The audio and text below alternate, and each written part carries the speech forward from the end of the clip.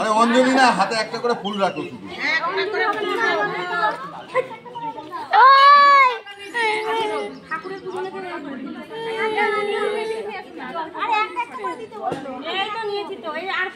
তুই ধর, আমি ভিডিও করতে পারি না।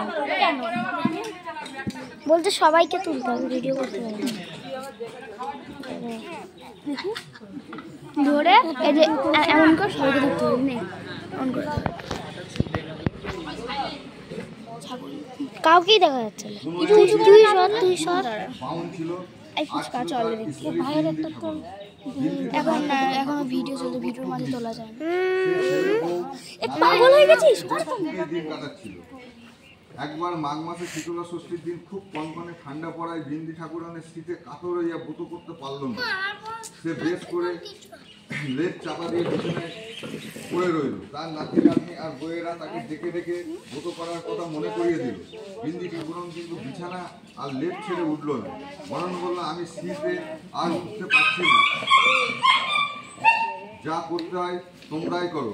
আমার জন্য চারটি গরম ভাত রেঁধে রাখো, আর স্নান করার জন্য একটু গরম জল করে দিও। এই শীতে শীতল ষষ্ঠী পুজোর নিয়ম পালন কি করে করবো?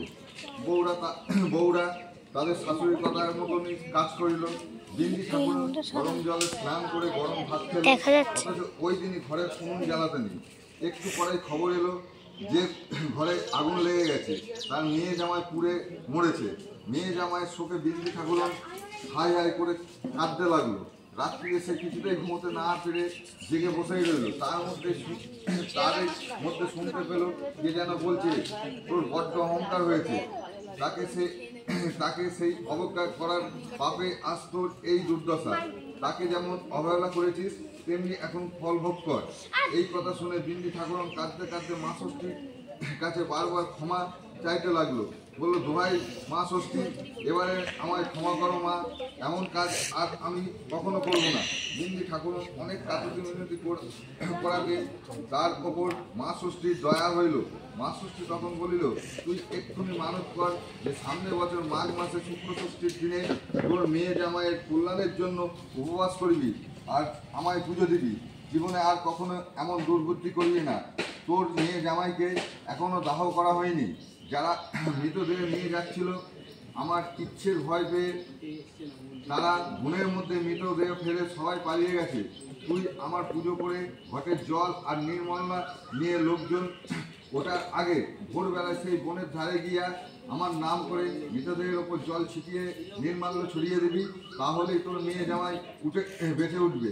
বিন্দি ঠাকুর মা ষষ্ঠীর আদর্শ মতো সকাল হইতেই বনের ধারে গিয়ে তার মেয়ে জামাইয়ের মৃতদেহ দেখতে পেল। তার উপর ফুল জল ছড়াইতে তার মেয়ে বিন্দি ঠাকুর প্রণাম করে বলো, বিন্দি ঠাকুরের এই দেখে খুব নিজের বাড়িতে সঙ্গী করে নিয়ে এলো।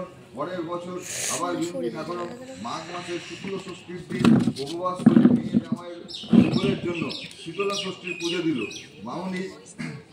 মামনির মেয়ে জামাইকে বেঁচে উঠতে দেখে ডাকার পর থেকে সকলে শীতলা ষষ্ঠীর ব্রত করতে লাগিল। এই ব্রত করিলে ব্রতের ফল। মাঘ মাসে শুক্ল ষষ্ঠী শীতলা ষষ্ঠীর ব্রত পালন করিলে সংসারের মধ্য থেকে শোক তাপ মুক্ত হয়।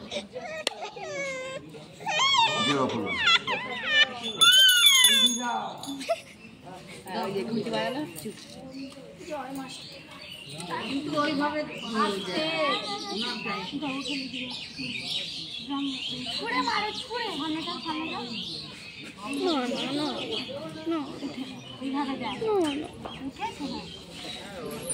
বসে বেবি এই টয়লেট করে ফেলেছে।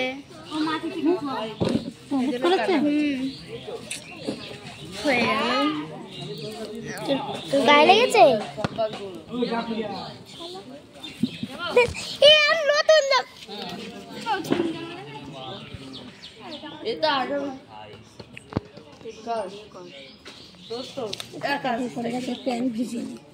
প্যান্টটা ভিজিনি গোলার টিকাটা কেরিয়ালে বসে যা। কি আছে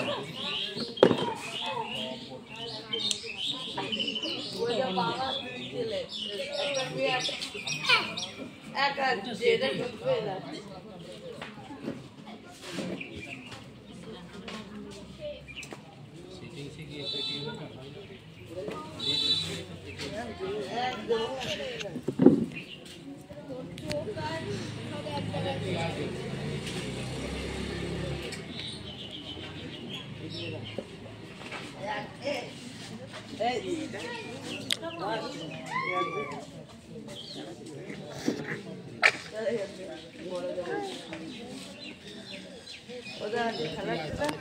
কার কল এসছে? চল